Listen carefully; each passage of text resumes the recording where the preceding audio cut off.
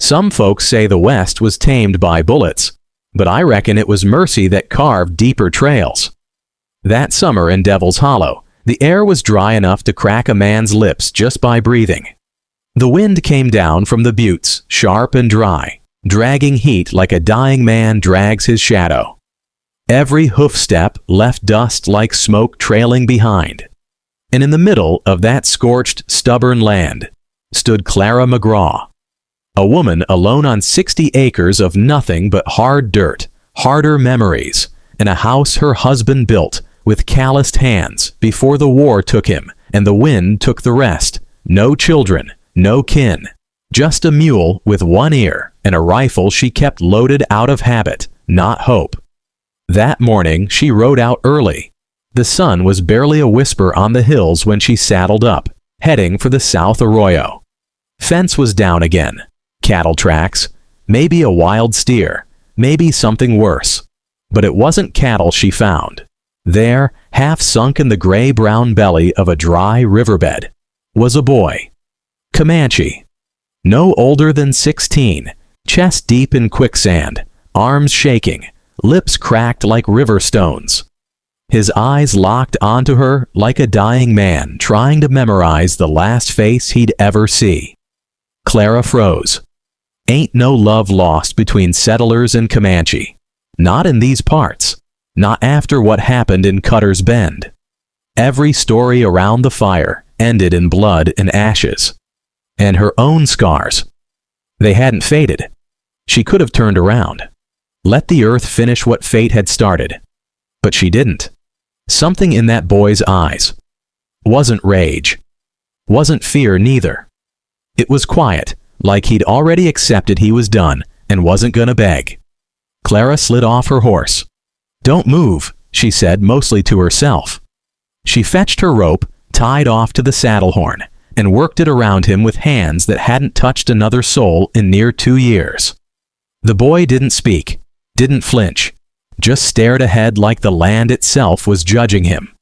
When she hauled him out, he collapsed in the dust, skin ghost pale beneath the paint, breath coming in rattles. She didn't ask his name, didn't offer hers. She gave him water, cut the crusted mud from his boots, left half her jerky beside him, then mounted up and rode back home without a word. But she knew. The West don't forget a mercy like that, and neither do its ghosts. That night the wind changed. Not much, just enough for a man to feel it in his bones.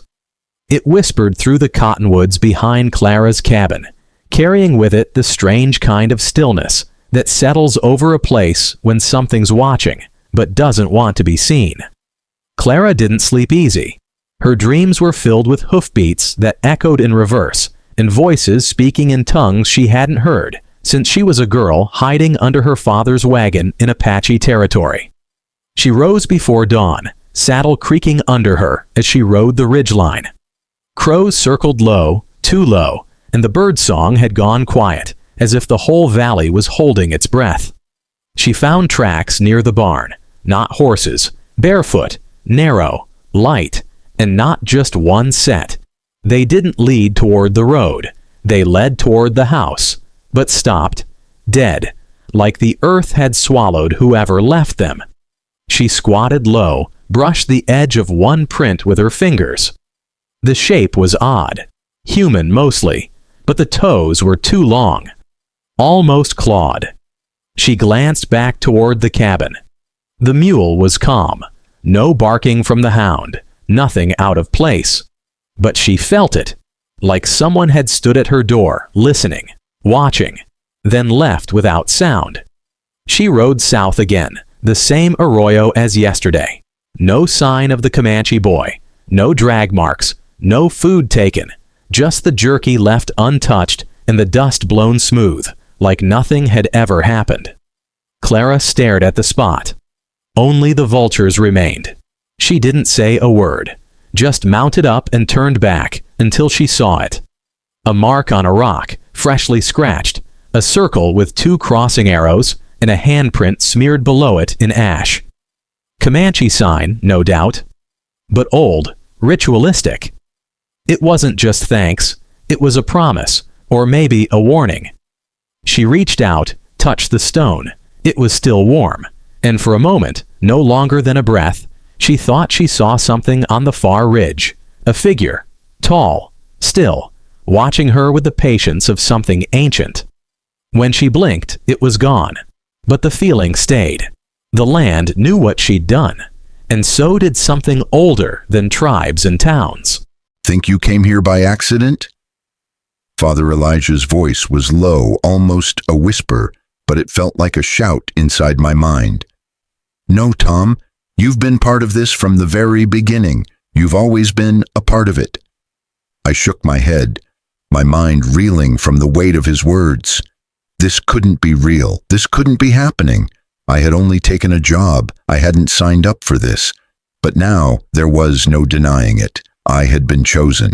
Father Elijah smiled, his lips curling into something far darker than I had ever imagined. He wasn't the man I had met a few days ago. He was a puppet too, controlled by forces beyond his comprehension. Everything is connected, Tom, he continued, stepping closer. This church, this place, we've all been playing our parts. The ritual is nearly complete. And you... He paused, his voice lowering to a near whisper. You're the final piece. I wanted to scream, to tell him this was a nightmare, but my throat was tight, my body frozen. I couldn't move. The shadows had already taken me, just like the others before me. There was no escape from this. I looked at the altar. It wasn't just an object anymore. It was a gateway, a passage between worlds. The room trembled, vibrating with an energy that felt like the world itself was about to split open. I could feel the darkness growing stronger. The chanting in the air had grown louder, and I could hear the whispers now, too. Voices that weren't my own, filling my mind with words I didn't understand but felt in my very soul. Look at it, Father Elijah's voice snapped me out of my daze. Look at the altar, Tom. It's calling to you. It needs you. It needs your soul. I didn't want to look. I didn't want to be a part of this. But my body moved on its own, each step pulling me toward the altar. The energy in the room surged, pushing me forward, forcing me to look at it. The symbols on the altar glowed, swirling with dark power, and I could feel it in my chest. A burning pressure, like my heart was about to explode. No! I screamed, but it was barely a whisper, swallowed by the roar of the chanting. I tried to stop myself, but I couldn't. The altar pulled me closer, drawing me into its darkness. And that's when I saw them, the demons. They weren't just shadows anymore. They were real. They were solid. Their monstrous forms filled the room, moving with an unnatural grace that made my skin crawl. Their eyes burned like coals, glowing with a fire that I could feel in my very soul. Their bodies were twisted, grotesque things, human in shape, but not in any way I could comprehend. Their skin was slick, like oil, reflecting the dim light in unnatural ways. One of them stepped forward, its eyes never leaving mine. I felt its gaze like a blade slicing through me, tearing at the fabric of my very being. I tried to look away, but I couldn't. My body wouldn't obey. You're ours now. The storm rolled in without warning. Thick clouds painted the sky gunmetal gray, the kind that made animals twitch and birds vanish. Thunder rumbled like distant cannon fire, and the air hung heavy, wet and waiting. Clara was cutting wood when the first drop hit. Then came the knock. Not on her door. On her soul. The boy was back. Soaked. Barefoot. Half carried by a woman, Comanche, older, fierce-eyed, one hand clutching his waist, the other pressing against a wound that leaked dark blood. She didn't speak. Just looked at Clara with that look only women who've buried too many men carry. A look that says, I ain't here to beg. I'm here because I ran out of choices. Clara didn't hesitate. She opened the door. The boy collapsed onto her floor. Fevered, pale, gasping. A bullet had grazed his ribs and left something festering. It was clean work, rifle, long range, probably from one of Dry Creek's ranch hands. Maybe Boyd Carter's boys, the kind who shoot shadows if they move wrong. The woman refused to step inside, just handed Clara a pouch of herbs, said one word in Comanche, Nasu, then vanished into the downpour. Clara set to work. Hours passed in silence, broken only by the crackle of firewood and the boy's labored breathing. She cleaned the wound, boiled the herbs, held his hand when the fever came like fire. But that wasn't the hard part. The hard part was inside her. Each time she wiped his brow, her mind flashed to the wagon from years ago, the one she found just north of Bitter Hollow. Burned, still smoking, a woman and 2 children inside, scalped, eyes open. That memory had never left her. Not through widowhood, not through winters, not through long talks with whiskey beneath cold stars.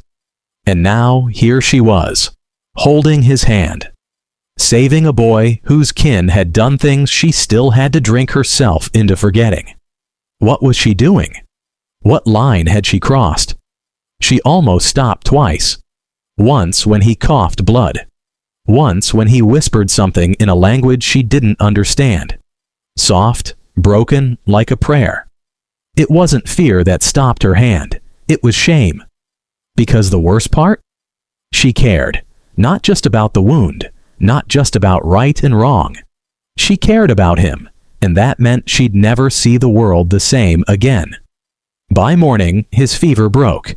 He opened his eyes slowly, like someone waking in a place they never thought they'd see again. Clara sat beside him, arms crossed, eyes hollow. "You should go," she said flatly. He blinked. "Why?" Clara didn't answer right away. Instead, she turned to the window. Rain still fell, the kind that didn't clean anything, just made mud out of dirt. "Because this town won't forget, and neither will I." He looked at her for a long time. Then he reached into his satchel and pulled out something wrapped in doeskin, laid it on the table. Inside was a stone, polished, round, marked with 3 deep carvings, a sun, a feather, and a single tear. "It's a blood token," he said softly. "Means I owe you a life." Clara didn't touch it. "I didn't do it for that," he nodded. "I know, that's why it matters." Then he stood, slow, weak but proud, like a man carrying the weight of something sacred. He limped to the door, stopped, and looked back. "I'm not your enemy." Clara didn't say anything, because she wasn't sure he was right, but she wasn't sure he was wrong either. The door closed behind him, and for the second time in her life, Clara McGraw cried. Not because she was broken, but because she wasn't sure who she was anymore. With a handlebar mustache and eyes that sparkled with mischief, Bernard Fox stormed into Hogan's Heroes as Colonel Rodney Crittenden, the well-meaning British officer who arrived with grand plans and left trails of comic disaster. He wasn't the hero, but he never stopped trying to be. And that's what made him unforgettable. Born May 11th, 1927 in Wales, Fox was acting before he could walk, literally making his stage debut at 18 months. His voice, rich and distinct, became a signature across generations. From the magical mayhem of Dr. Bombay in Bewitched to the haunting dignity of Titanic's Colonel Gracie, Fox made every scene better simply by being in it. Off-screen, he was as warm as his characters, devoted to his family, his craft, and the joy of storytelling. He passed away peacefully on December 14th, 2016, at 89. Not with a grand exit, but with the quiet grace of a man who had already said so much, and made us smile every time he did. Her fingers bled from digging through packed earth. Every strike of the shovel echoed in the still air like a warning shot. When she was done, she stood over the grave a long time. No words, no prayer, just heat rising off the dirt, like the land itself was angry. That evening, smoke rose from the west. At first she thought it was a brush fire, but it moved too slow, too thick. She climbed the rise behind her cabin, the one that gave her a view all the way to Dry Creek. Flames licked at the outer edge of town. A barn was burning, maybe two. Smoke choked the sky until it turned orange, then black. Clara knew what it was. Someone had found someone, and now someone was paying for it. She walked back inside, locked the door, and bolted the windows. Her rifle never left her side.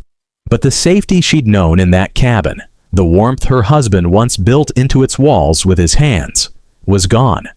Burned out. Like everything else. She sat at the table until the oil lamp flickered down to nothing. And for the first time in years, she whispered a prayer. Not to be spared. Not to be right. Just to stay human in a world hell-bent on forgetting what that means. The morning came with no birds, just smoke, thick and low, hugging the ground like a wounded animal too stubborn to die. Clara smelled it before she saw it, and when she stepped onto the porch, her breath caught like a snare pulled tight around her ribs. Someone had lit a fire, not just in town, not just to warn, to erase. A column of smoke rose beyond the cottonwoods, dark and angry, then another, and another, like fingers clawing at the pale blue sky. It wasn't random. It was coming closer, deliberate. She saddled up her horse, old Juno, who whinnied like she could smell death in the wind. Clara didn't try to calm her. Some things were better felt than denied.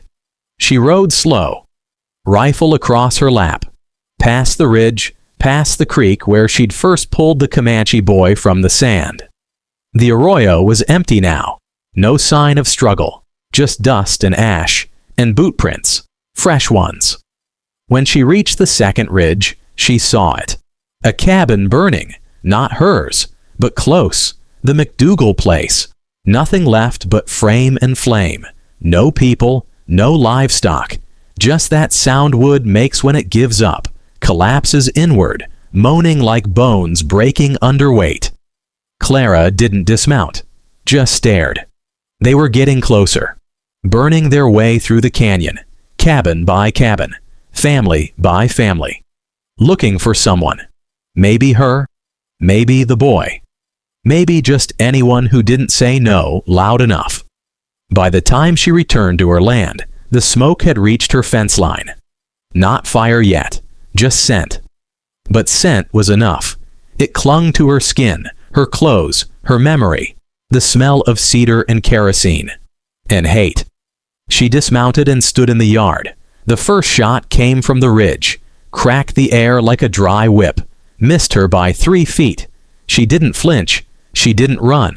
She just stood there, staring at the dark blur on the ridge.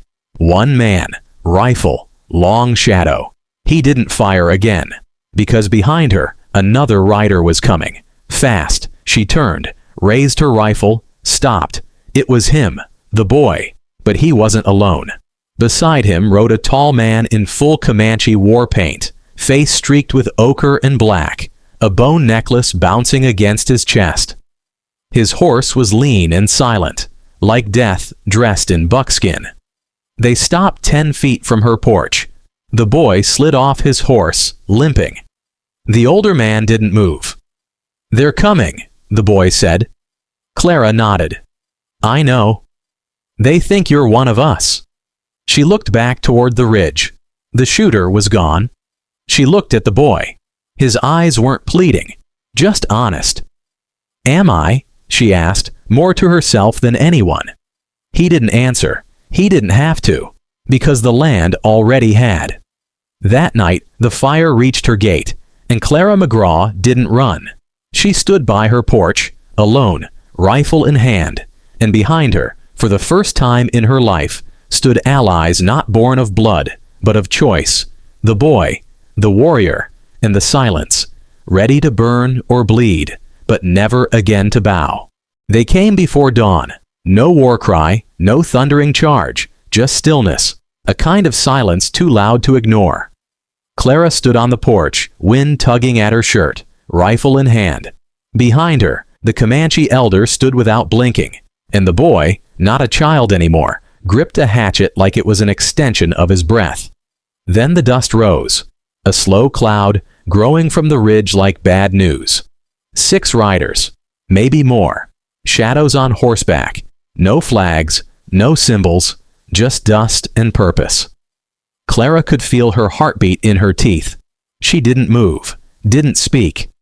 The riders stopped at the tree line, close enough to shout, far enough to shoot. Boyd Carter rode out front again. Same hat, same stare. But his eyes were different this time, not angry, empty. "You gonna step aside, Clara?" he called. She didn't answer. Boyd glanced at the Comanche elder, then the boy, then back at her. "You know what this means, don't you?" Clara nodded. "It means you're afraid." Pete Keller, from the back, shouted, "Afraid? Of what?" "Of anything that ain't yours," Clara said. No one laughed. Boyd dismounted, gun in hand. He walked forward, slow. The others didn't follow, just watched. "I don't want to do this," he said. "Then don't," she replied, but his boots kept moving, closer, 20 paces, 15, 10. The Comanche elder stepped forward then. 1 step, that was all. Boyd stopped, and for the first time he looked unsure. He looked at Clara, then back at the elder. The boy stepped beside Clara, silent as dusk. A line had formed, not drawn in the dirt, drawn in blood, in choice, in the way a person decides who they are. And Boyd Carter, gun in hand, found himself on the wrong side of it. He turned without a word, got on his horse, rode off. The others followed, not one shot fired. Clara stood still for a long time. Only when the sun climbed over the ridge did she lower her rifle. The fire hadn't reached her cabin, but it had reached something else. A boundary, a truth, a kind of peace bought in courage. Later that day, Clara sat alone by the fire, sharpening her knife as wind teased the curtains. She remembered the day her husband died, ambushed near Apache Ridge. She'd found his body 3 days later. His blood had long dried, but his hat was still clutched in one hand. She hadn't cried. Not then. Not for years. She'd buried him herself.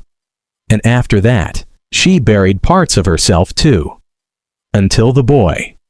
He broke that silence. That curse.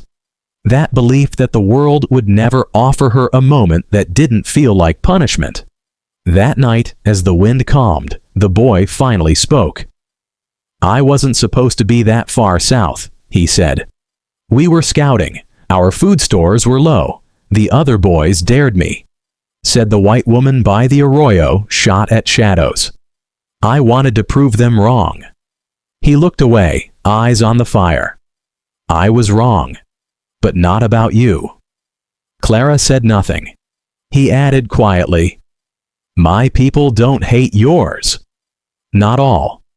But we're starving, we're sick, and we're not allowed to buy medicine or bullets."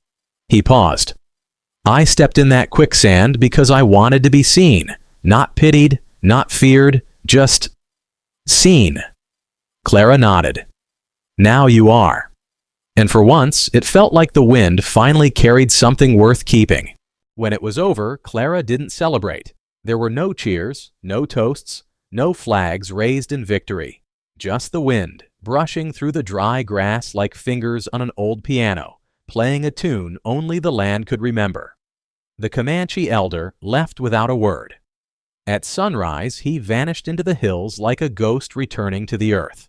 The boy stayed another day, helped mend the broken fence, carved a new post for the gate that had splintered in the dust of too many boots. He didn't speak much, didn't need to. Clara brewed coffee thick as tar, handed him a tin cup, and they sat on the porch, watching the world not burn for once. When he left behind the stone. The same one she had found on her kitchen table the night he was sick. Polished smooth, black as midnight, with a single white streak running through its center, like a scar the land chose to wear proudly. He placed it on the porch rail, nodded once, and rode off into the south, where the sun leaned low and heavy like it too was tired of fighting. Clara stayed. Not because she was brave, not because she won, but because sometimes staying is the only way to make sure history doesn't lie about you after you're gone. The townsfolk kept their distance after that. They didn't burn her place, but they didn't come around much neither, which suited her fine. She'd learned to live with ghosts, and the silence didn't ask for anything she wasn't already willing to give. Weeks passed, then months, each day a little softer, each sunset a little longer. And one morning, while walking the fence line, Clara found something tied to a post, a strip of leather braided with beads, Comanche style. Simple, elegant, strong. She smiled. Not wide, not bright, but real. The plains don't write stories in ink. They write 'em in dust, in scars, in the way the wind changes when a good soul walks by. And maybe that's enough. Of light, of hope. No, this was a world dying, a world suffocating. They saw cities crumble, oceans churn into black depths, the skies darken and crack open, the ground split open in fiery chasms, and at the center of it all, the gate. The truth shattered their minds, splintering their understanding of everything they thought they knew. This wasn't about invading Earth. This wasn't about conquering humanity. This was about something older, something ancient, something far beyond the comprehension of human minds. This was about merging worlds, and in that moment they understood the creature's final words. You opened the door, and now the worlds will merge, the boundaries will dissolve, the darkness will consume everything. Carter's eyes widened, his hands shaking, as he looked at the faces of his men. They were as lost as he was, trapped in the same nightmare. Their hopes of survival, of fighting back, crushed under the weight of this cosmic horror. And then, without warning, the creature's presence surged forward, overwhelming them. They felt it deep in their bones, as if their very existence was being unmade. The ground split open beneath them again, this time revealing an abyss, a gaping maw of nothingness. The force of it was too much. Their bodies were being pulled toward the darkness, their minds ripped apart by the unrelenting pressure. But before they could fall into the endless void, before they could succumb to the pull of everything that was beyond their reach, a final, terrifying thought struck Carter. There was no escape. There was no way to fight it. The worlds were merging, and they were the sacrifice. The abyss yawned beneath them, stretching endlessly into a black void. There was no escape, no hope, just an overwhelming sense of nothingness. The creature's presence pressed down on them like 1,000 tons of stone, suffocating them, breaking them, unmaking everything they had ever known. Carter felt his body weaken, his legs no longer able to hold him upright. His mind was shattered by the creature's relentless pull. But one thought remained clear, sharp, and undeniable. It was over. They had lost. The world, their world, was slipping away piece by piece as the creature's power reached beyond the physical realm, pulling at the very fabric of reality. The ground beneath their feet cracked, and with each tremor, the walls of the base seemed to melt into the darkness, disintegrating into nothingness. The soldiers screamed, but the sound didn't reach their ears. It was lost in the vastness, swallowed by the emptiness that stretched beyond the edges of their minds. But then, amidst the chaos, a single chilling voice broke through the darkness. It wasn't the creature's voice. It was their own. Rhodes, trembling, his body battered by the pull of the void, managed to gasp. "We didn't just open the door, we are the door."